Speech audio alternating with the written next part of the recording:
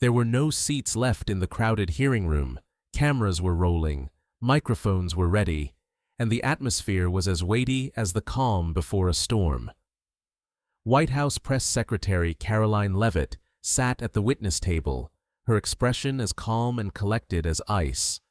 She quietly said a line that stopped the whole hearing chamber before getting into the tail comment where you're viewing from, even though Jasmine Crockett felt she had her pushed into a corner. Remember to subscribe so you can keep up with the most recent articles. Congresswoman Jasmine Crockett of Texas rushed in like a storm when the door flew open. She didn't even glance at Levit as her red top flared. She was aware that the cameras were already trained on her and that the White House Media Accountability hearing had already started. Her piercing eyes were fixed on the horizon, and she wore a basic black jacket that clung to her figure. She was alone with a glass of water, an air of confidence, and no entourage. The cameras slowly panned across the audience, settling on Karoline Leavitt, the lights highlighting her face as the chairman banged his gavel once more, the sharp sound piercing the room's whispers. "We're here to examine the White House's responsibility in managing public information." His tone was low, but it couldn't stop the mounting tension. Despite Levitt Trump's forceful voice, nobody listened. The Democratic firebrand Crockett was prepared to dismantle any justification. Jasmine Crockett leaned forward and tapped her pen rapidly on a stack of papers across from her, emphasizing her calm poise as if she had handled this situation 100 times before. Her eyes might have instantly penetrated Levit with their sharpness. The microphone hissed a little as she pulled it closer, but the speaker's voice was clear and unflinching. "Thank you, Chairman and members of the House Oversight Committee." The chairman turned to Levit and said, "Miss Leavitt, you have 5 minutes for your opening statement." Congresswoman Crockett looked at him briefly, a glimmer of challenge in her eyes, but not enough to cause her to lose her cool. The room grew silent, and she went on talking in a voice as sharp as a sword, neither smooth nor loud. The administration of President Trump operates under the straightforward tenet that it is not our responsibility to quiet the American people on X or any place else. She stopped, sipped some water, and set the glass down carefully. "Don't expect me to apologize for allowing Americans to live freely, even though I know I'll be grilled today." With her hands still clasped, she sat back after completing the task of moving the microphone away. "We don't need to let the people decide what they believe here," she added. "If someone thinks that's chaos, then so be it.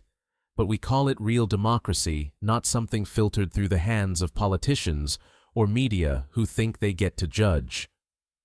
Fans, but rumors quickly took center stage.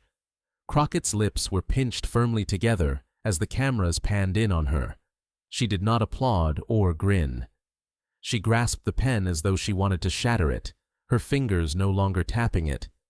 With her eyes focused on light, she waved them away as Anand mumbled something close to her.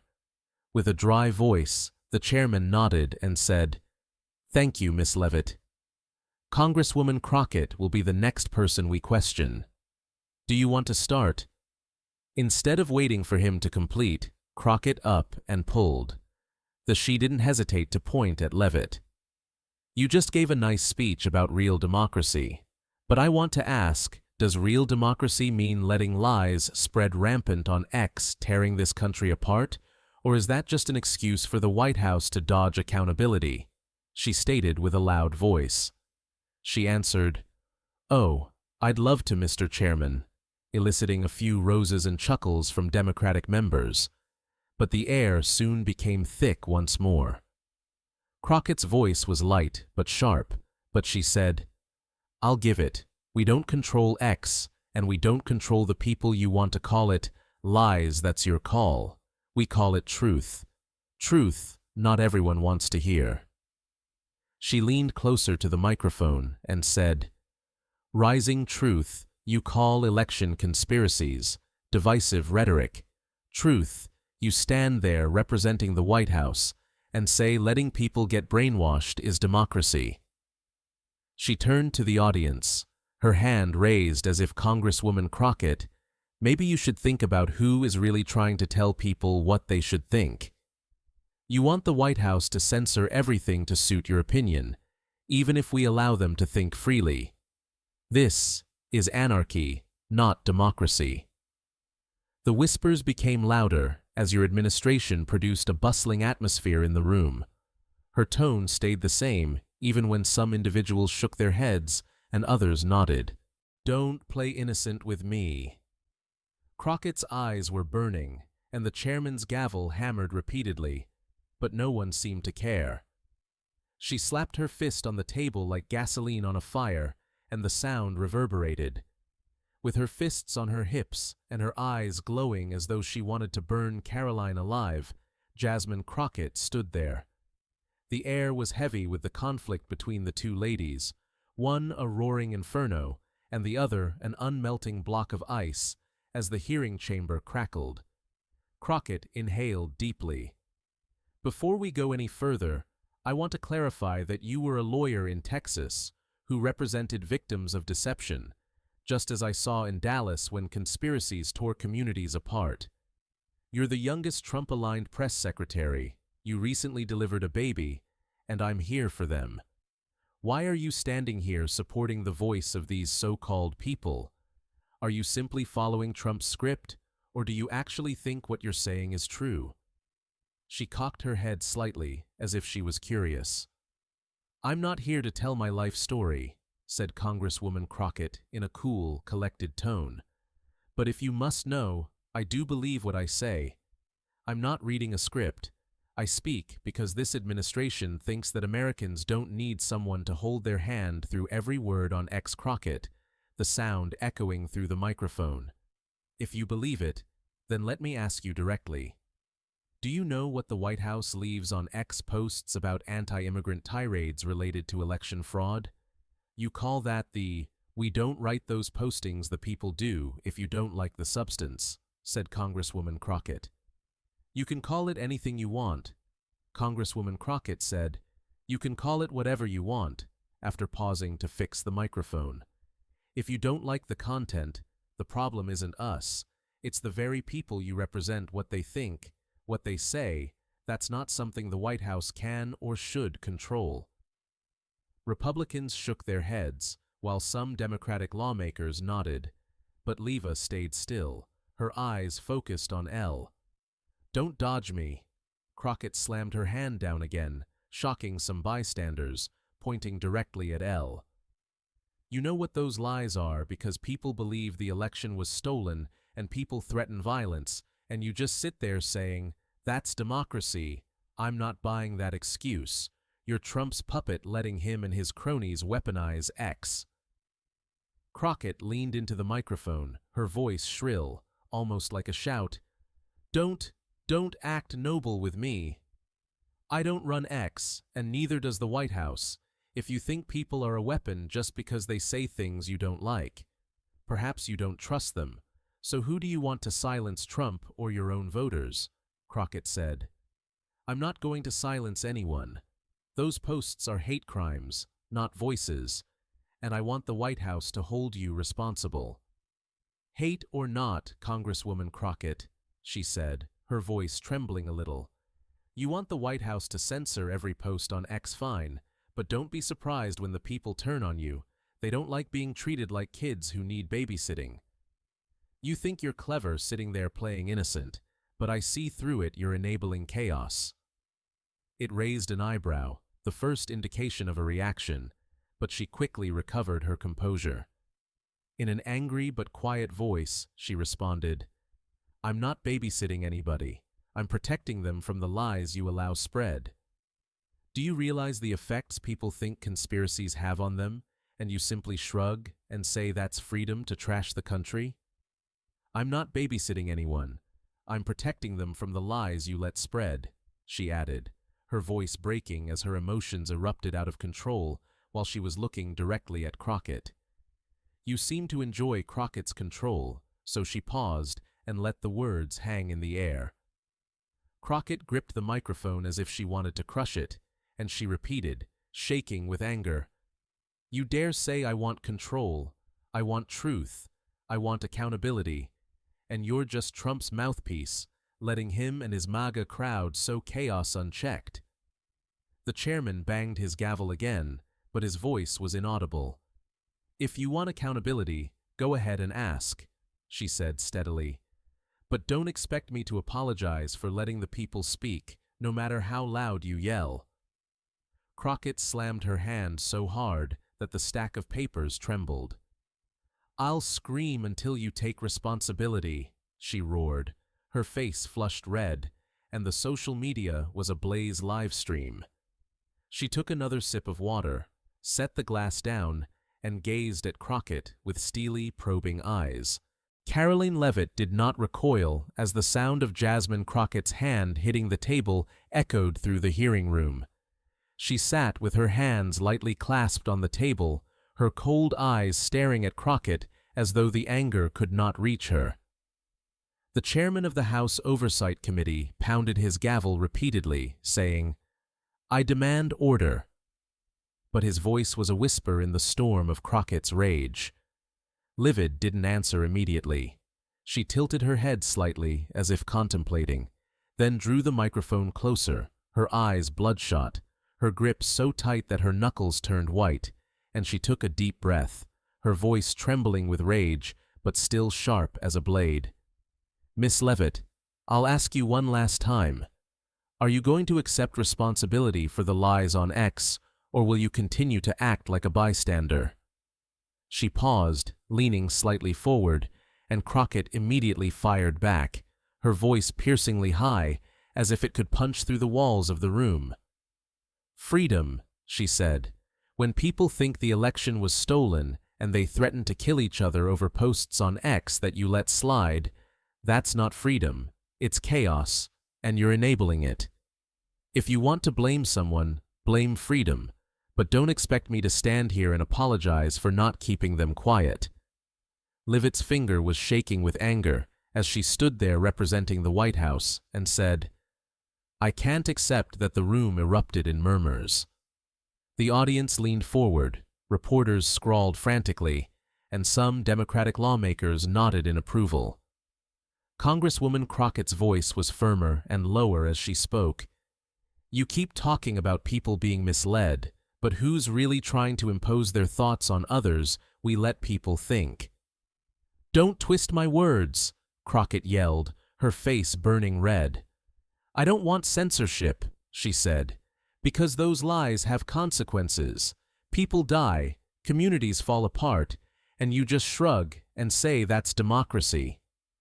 You think you're so clever, but I see it you're hiding behind freedom to protect Trump live," she said, drawing the microphone closer, her voice even but as sharp as a knife.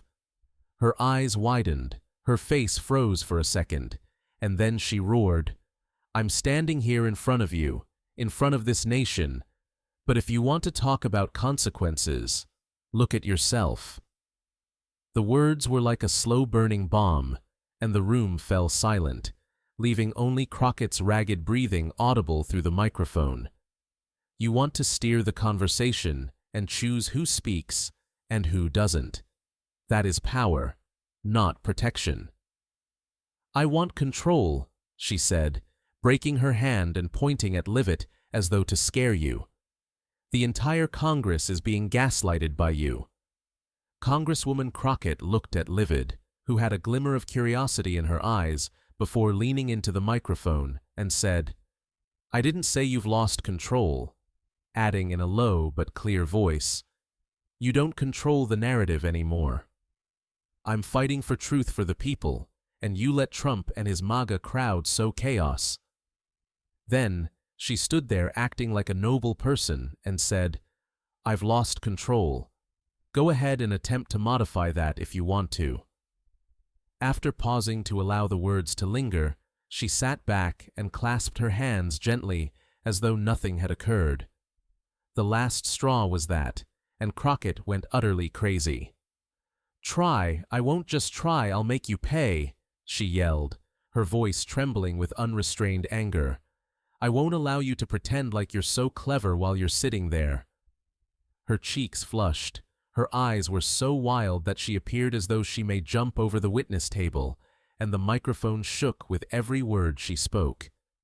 Republicans shook their heads and a few grinned, but Democratic members clapped intermittently, and others shouted in agreement, turning the murmurs of the crowd into a roar. The chairman hammered his gavel ceaselessly, delivering commands, but nobody paid attention. They sat still, didn't smile, and didn't move. They just watched Crockett, who spoke in a strangely composed tone. "You're manipulating all of us," Crockett said, but her voice was lost in the din from the stands and the chairman's gavel. "You want the truth. The truth is, the people are still speaking, and you can't stop them." He exclaimed, "I demand order immediately," but his voice was lost in the whirlpool of responses. With some standing reporters hurriedly scribbling on their cameras and the crowd pushing forward, the hearing room turned into a sea of noise. Leavitt stayed still and just glared at her opponent with unbridled anger, even if Crockett seemed to want to leap across the witness table at her. Crockett ignored an aide's murmured touch on her shoulder, her gaze never leaving Leavitt.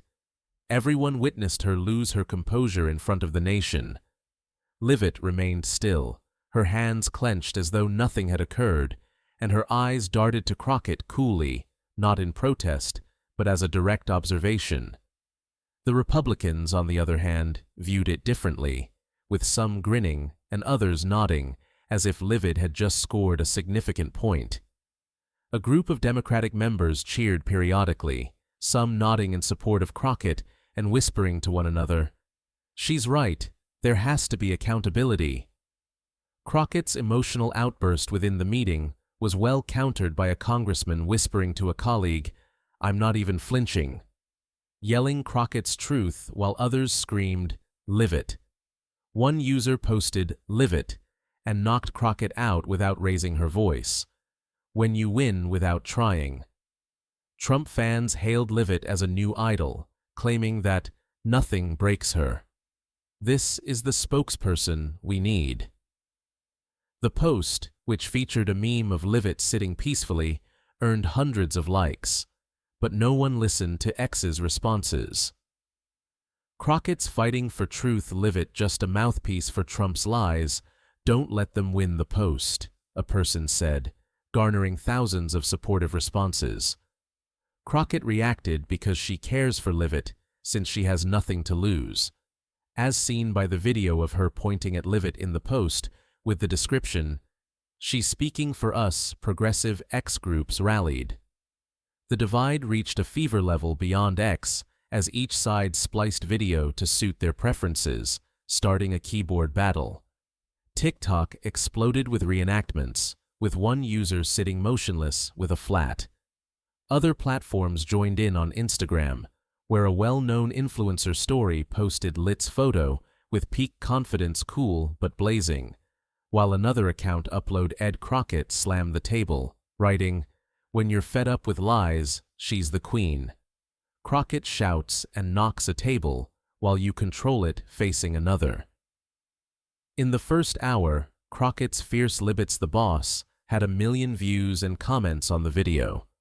The showdown became a cultural phenomenon thanks to social media, as everyone picked a side for the mainstream media and watched CNN's live broadcast. A commentator who was evaluating Crockett showed unusual courage by not being scared to question authority, but Leavitt's poise made Crockett's anger work against him.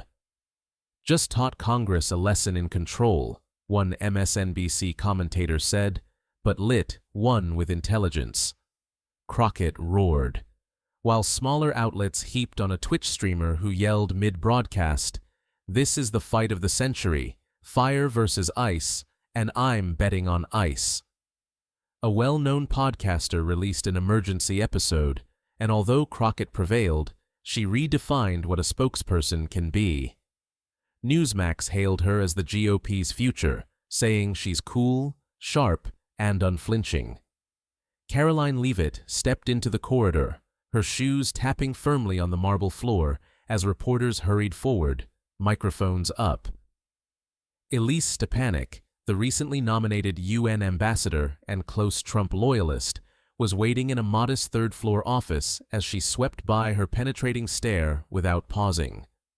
While a new ad sheet called "Lit a Rising Star" was published, local newspapers in Texas commented on one that described Crockett's battling for our voters. The sounds was muted when the door closed. With a sneer on her lips and coffee in hand, Stepanek rose from her chair. She remarked, "You did great, Karoline," in a kind, quiet voice. Crockett screamed loud, but you didn't flinch. Levit sank into an armchair for the first time that day, letting her shoulders relax. She unbuttoned her blazer and exhaled softly. "I wasn't surprised by her," she stated. "I can see that, but I think yelling will change something."